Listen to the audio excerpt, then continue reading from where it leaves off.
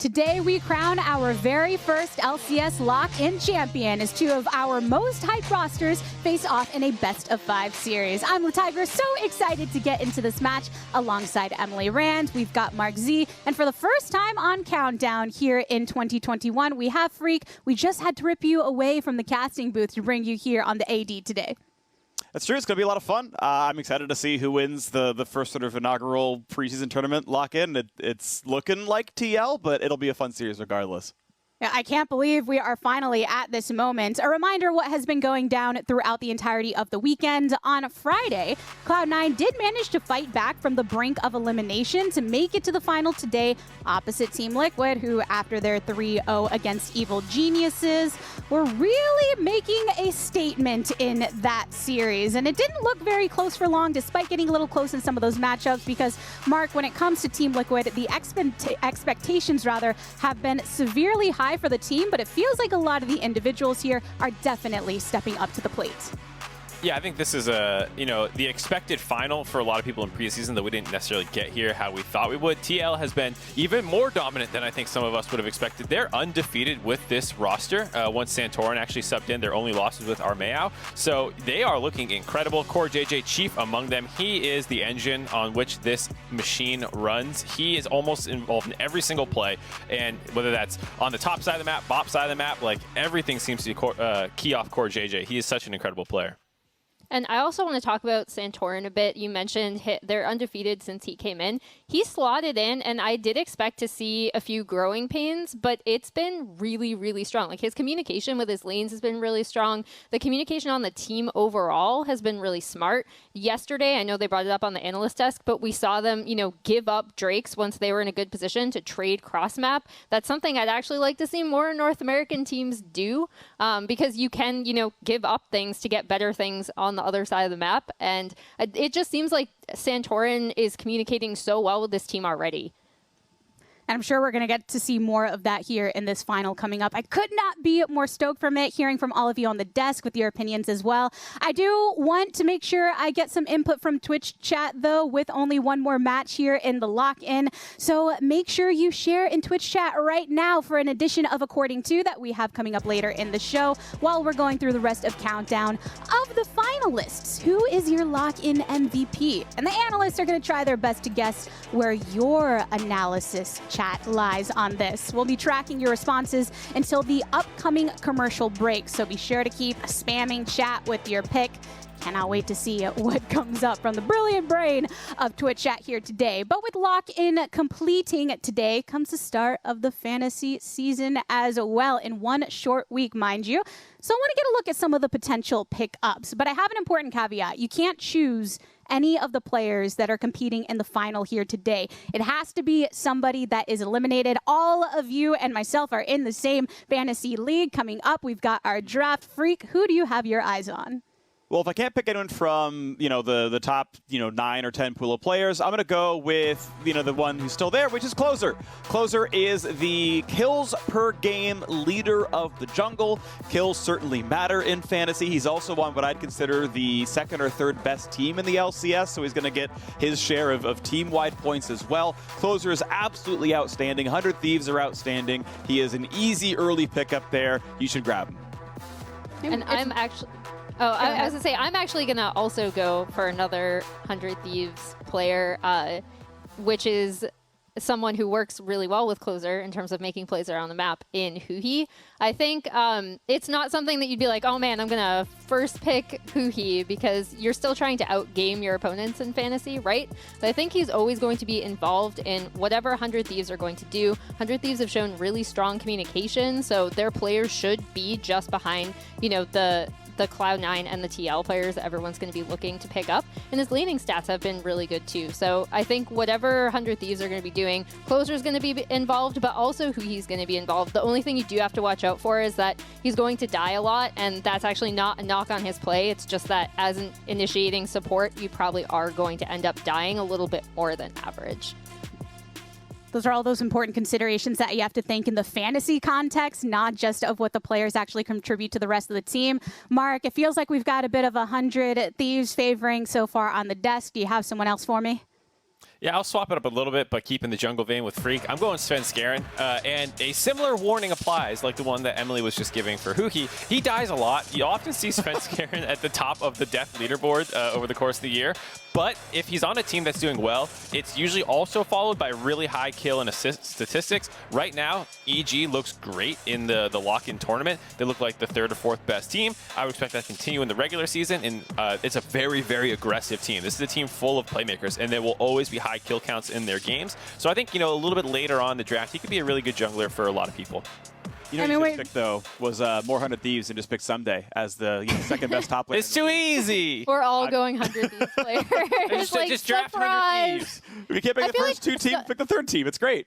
Someday should already be on people's radar, though. Like, I feel like he would be someone that people would be picking, like, really quickly. Yeah, he's one of the players that's not in this final, but I won't be surprised if he goes earlier within the actual draft. And speaking of the way it works when it comes to the Sleeper Fantasy League, there is something else that you have to consider because there is a pick and ban system that will be taking place, which gives you another way to outwit, outplay, and outstrat your opponent's Freak. Yeah, I like this a lot. So basically, you draft your players, you've got your 5, they've got their 5, whatever, and then when you have your individual matchup, and let's say you got Power of Evil, you can say, hey, I think he'll play Orianna this game, and if you're right, you get more points because you've kind of guessed the draft. On the same side, your opponent does the same thing, right? They think Volka's going to play Alistar, so you get a ban as well. You say, hey, if you picked Alistar, I'm banning Alistar, so you don't get points if I guessed what you guessed and I was right. So I like that there's some game to play every other week, or every single week. It's not just like, well, here's my roster, we're done. You actually have an active participation, which I think is a cool thing.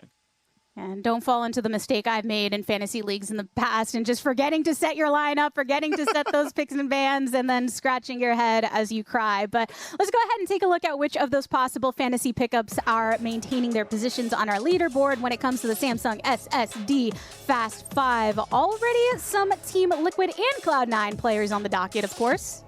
What a shocker to see Santorin up there, fastest level 6 after the those Udyr games yesterday, especially the first one with the double scuttle. I know people have pointed out a ton. Yeah, not a surprise whatsoever to see Santorin followed by Blabber immediately. And meanwhile, you've got the fastest support transform down there, Ignar at 6 minutes and change. This is what you get for playing a Spell Thief support, especially if you're in some kind of level 1 fight. You get like an extra minute off the timer by, battling early on, starting your support generation a minute early. 8 minutes is like very standard for having a safe lane with a Relic Shield. Getting into 6 means you got a free lane on Seraphine, you're up against, Golden Guardians who are going to have a hard time against you early on, things like that. So that is the sort of Spell Thief's early lane tactic you get to perform. The other nice thing to point out here is that Perks has jumped on top. He was not first previously, and now he is after, I believe it was from his yesterday series. So good to see Perks starting to level up over the course of the lock-in tournament.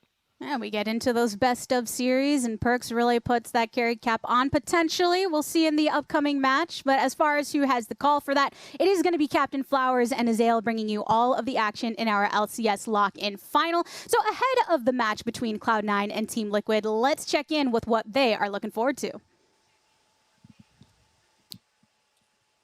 Thank you, Latagris, and thank you, everybody here tuning into the countdown ahead of Game 1. Y'all are the real MVPs, because I think among the hype matchups of this finals, and there are plenty of those to take a look at, you cannot forget that this match is going to show us who the top mid laner is going to be heading into the regular play for Spring Split. It really is. And this is such an amazing story to me because Jensen has been such an incredible mid laner throughout his tenure in North America. But unfortunately for him, it's always felt like he has ended up being second fiddle to Bjergsen when it's in North American play. Bjergsen won the MVPs. Bjergsen would be first team All-Pro, won more titles. Bjergsen finally retires. It's like, finally, it's my time to shine. It's Jensen's time to be the best mid laner in NA. And then along comes Perks, and everyone had already given him the title of being the best mid laner in North America before he even set foot on Summoner's Rift in the lock-in tournament. But Jensen has been playing better in lock-in. He has been crushing it with his team. And this is going to give him an opportunity to prove that not only can he compete with Perks, but he can best Perks in this series. And I think that is going to be so exciting, especially because Perks is coming off of a series where it finally feels like he has woken up in North America. He played great against the 100 Thieves, and I think he is going to be such a key player for C9. If they want to win, Perks has to be fantastic. The top lane looks like a weakness for Cloud9, so to me that says, Perks, you've got to win your lane and affect the map. You have got to be the X factor. But if Jensen can best him, it's looking great for TL. And when you look back at everything everyone was expecting coming into the LCS in 2021, these were the two teams, Isaac. These were the two teams that everybody said they're on the top. Everybody else is competing, trying to catch up. And now that they get to go head-to-head in a best-of-5 here in the final, the mid laners are both going to be so incredibly important for getting these guys going. They got big supports in the playmakers. They both got big, capable junglers that can really get across the whole map, but it ain't going to matter none at all unless mid lane is stepping up for either side, and I am excited to see these two in 1v1 Mortal Kombat here in the mid lane in just another 20 minutes or so. We'll see y'all again here for Game 1, but until then, we're going to be taking a break, and once we return, we hear who you think is the LCS lock-in MVP ahead of the finals bout. Get those predictions right. Don't go anywhere.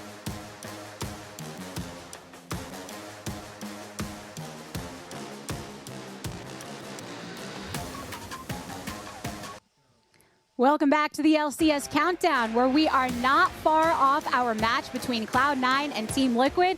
But before we dive into it, I wanted to hear from the LCS community and test how well our analysts know all of you in another edition of According to with Hey, it's me, La Tigress. Yo, we got 3 sick analysts here. Are you all ready to get into the competition? I'm never ready. I'm just curious who the third sick analyst is, because like Emily and Mark I get, but I don't know here. We trust our stats team listening. Oh yeah, thanks. Yeah, Chloe's the third sick analyst. Yeah, there we go. Well, I'm going to get into the first question. This one is from the perspective of Twitter. Keep that in mind. According to Twitter, who was the best off-season pickup? Alfari, easy. Oh yeah? Why Alfari? Yep, no debate. Not going to take into account popularity. But Twitter's smart. Okay. Okay. Mark locked Twitter. into Alfari. Yeah, you have to think from Twitter's perspective. Yeah, I was gonna say I know my opinion, but it's not like. Is it like pickup as in?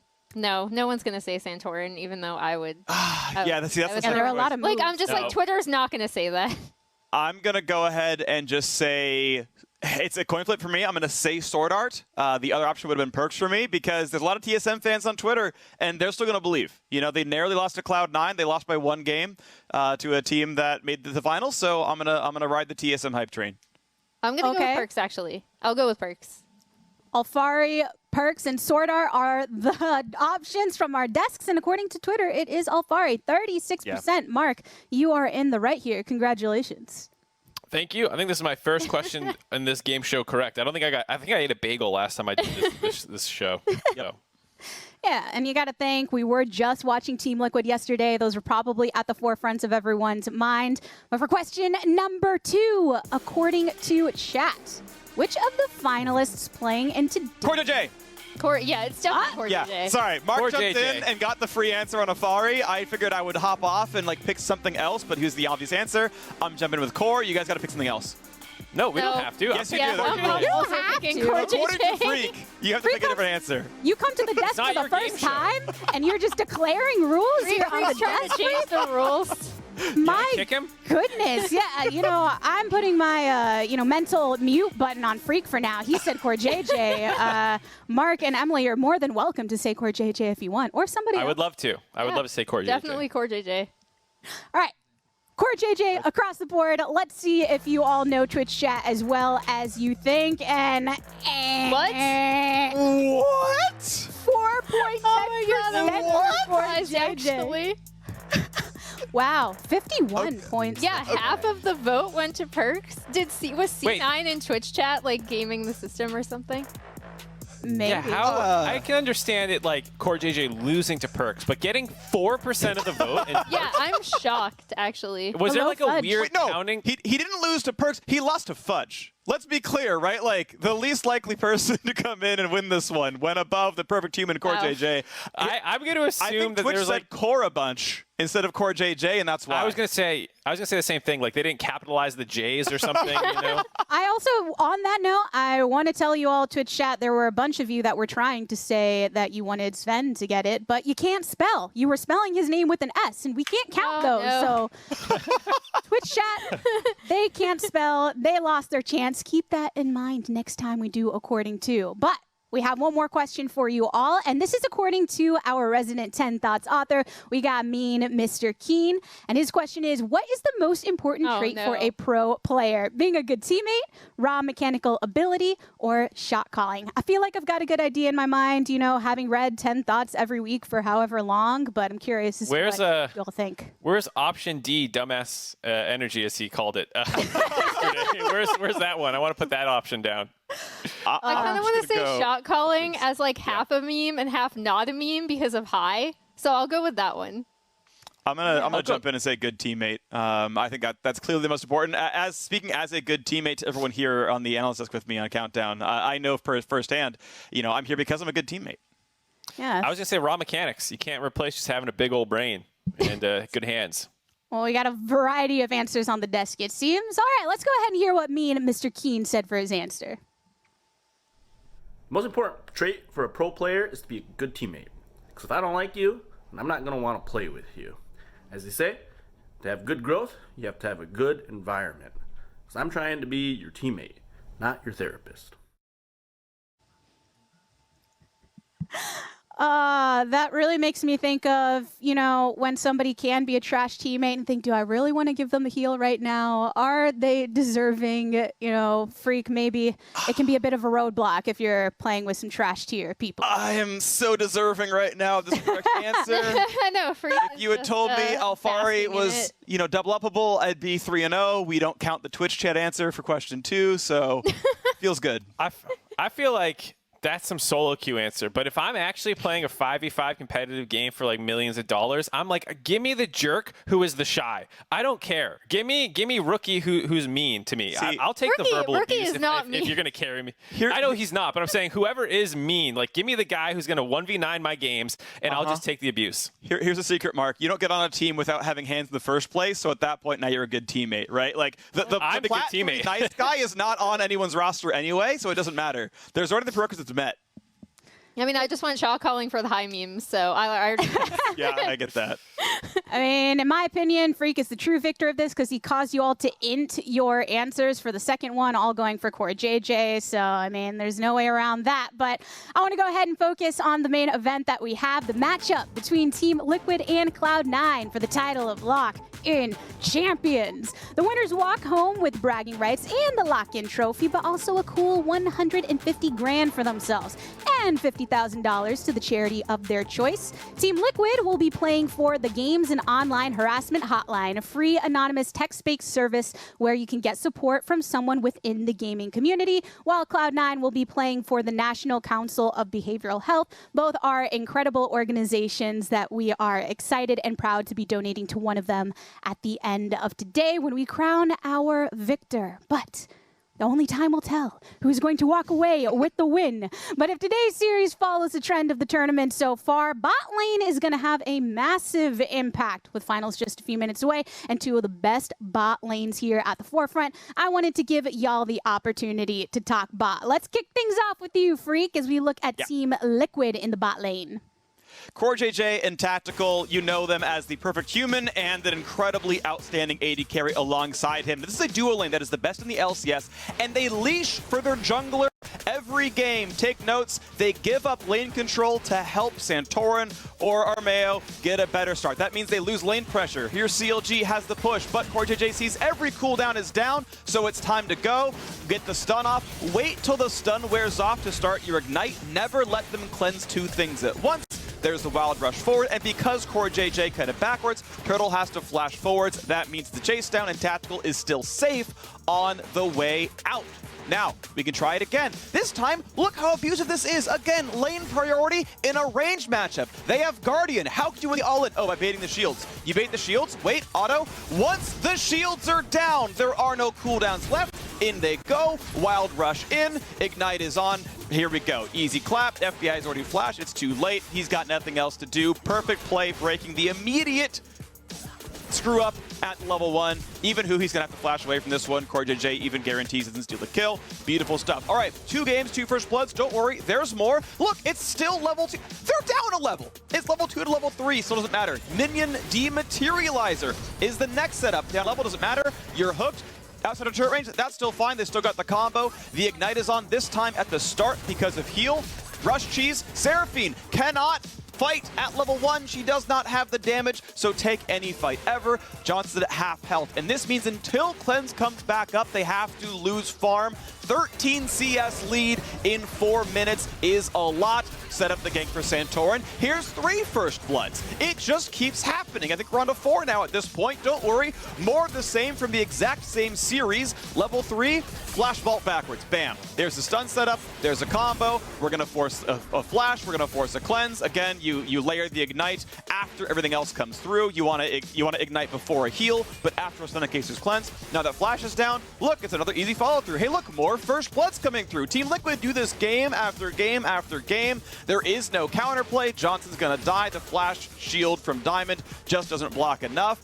And this is just something that Team Liquid does every single time. Tactical's got the mechanics for the follow-through. Core JJ always knows his timing for engaging, and this is why they're the best bot lane in the LCS. There's a lot of standing going along for that Team Liquid bot lane, but it's so well-deserved when you actually look at that series and how it went from top to bottom. But thankfully, they are going against another powerhouse here in the bot lane for the 2v2. And Emily, they sure do strike terror in the eyes of all their opponents.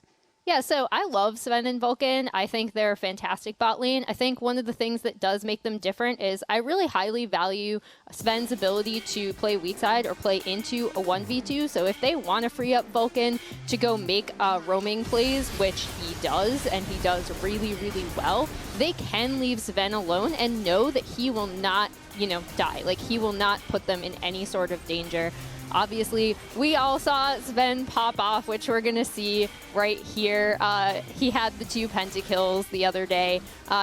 These are 2 amazing team fighters as well. I don't even think this comes close to displaying their actual team fighting prowess, despite that is actually insane. The Bardol's insane. But, these are 2 remarkable team fighters. They bring so much to this team, and you don't necessarily think of them in the 2v2, but when it comes to team fighting, when it comes to skirmishing, these 2 are right at the top.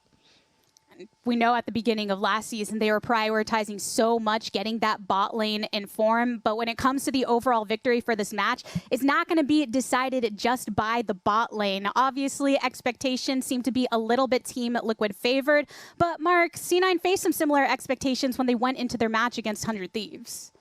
Yeah, I think this is one of the things that C9 has impressed me the most with over the course of the lock-in tournament was their ability to improve over time, and not just on a week time span, but in single series, in games. I think when you look at how they were losing to 100 Thieves and they turned things around, it was really incredible. You had the Rise Realm Warps that they were able to latch onto. This was a play where in game 2, 100 Thieves used Rise to teleport and get a free Baron because, C9 just wasn't thinking of that possibility, and they got taken advantage of for it. This basically took a very close game when they were starting to outscale and gave it to 100 Thieves. And then just literally the next game, they made the same play on the 100 Thieves side, but C9 are learning, C9 are adapting, and they're able to actually collapse on this play and turn it around and win this team fight. This is on top of the fact that they swapped their play style. They had no globals through the first 3 games. They realized that was being a problem. Game 4 and 5, they have 2 global abilities on their champions. They also start playing better individually.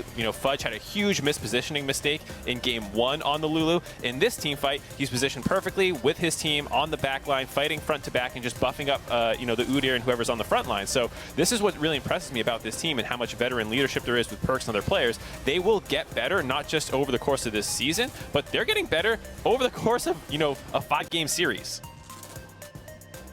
I mean, even with that, though, as much of the improvement that is coming and looking at the team as a whole, Freak, there are points in which Team Liquid might be able to exploit just based off of the past performances. Yeah, and it's, you know, the matchup, it's the best pickup in the offseason, right? It's Alfari versus Fudge here. You talk about the fact that Cloud9 got better coordination over the course of the series. They cannot improve Fudge very much over the course of the series. No. I want to compare him to Licorice at this point in his career as well, right? So 2018, after 8 games for Licorice, he was the kill leader among all top laners in the LCS. He was like top 3 in CSD and gold difference and all the other stuff among players in the LCS. Fudge here, in also his 3rd year competitive play, also in his LCS debut, is bottom 2 in roughly every stat that all top laners have. He's weak in lane, he's got a low KDA, he's got really bad kill participation, as we saw from his Deathless Camille game. He had like 7 KP when there were 30 kills on his team. Like, he is a weak performer. And it's not just because he is new to the LCS. Yeah, he's not quite a rookie, he played in the OPL, but he is not as good as his replacement was, even when he was first starting as well. So it's going to be a much longer growth trajectory for Fudge if he does get there, but he's not there yet. Okay, so there might be some heat brought to the top lane, trying to make Fudge into some fondue. But Emily, when we're looking at Cloud9 and some of the staple pieces that have brought it together, the people that are here returning from last season have definitely showed out. Yeah, so I had the chance to catch up with Blabber, and I think he was really clear that, you know, obviously he and Perks weren't going to have insanely good mid-jungle synergy from the get-go, but it's been improving every single time. He said that Perks has been a remarkable asset to the team. They're getting a lot better about communicating around mid-lane plays, and he actually, Mark, even brought up the thing about globals, how they ended up adding them into the draft, and said that was from Mithy. So it was cool to catch up with him and talk about how C9 improved even over just this series. Yeah, and I'm excited to see him go up against Santorin, who, I mean, like, these are basically 1-2 in the jungle position right now. And what's cool is they play different styles. Even when they're both playing on Udyr in their series, you know, Blabber was playing a more carry-oriented in a sense where he has a lot of enchanters to buff him up. So when he goes in, he can just, you know, go headlong into the fight, play as aggressively as we know Blabber wants to. On the flip side, Santorin, playing the Udyr, was a lot more focused on controlling the map, getting the scuttle crabs, getting the drakes, playing around his team. And it's just cool to see, like, even without nameplates on, you can probably tell which of these two junglers is piloting the same champion, you know, even though they are 1-2 in probably most people's ranking of junglers. And it's just so cool to see the diversity of playstyles, which is what both their teams need. 2 of the most talked about junglers for the entirety of the 2020 season, now clashing in a best of 5 here in the early moments of 2021. It is time for us to get into the game itself, so Captain Flowers and Azael are bringing us the call. Fellas?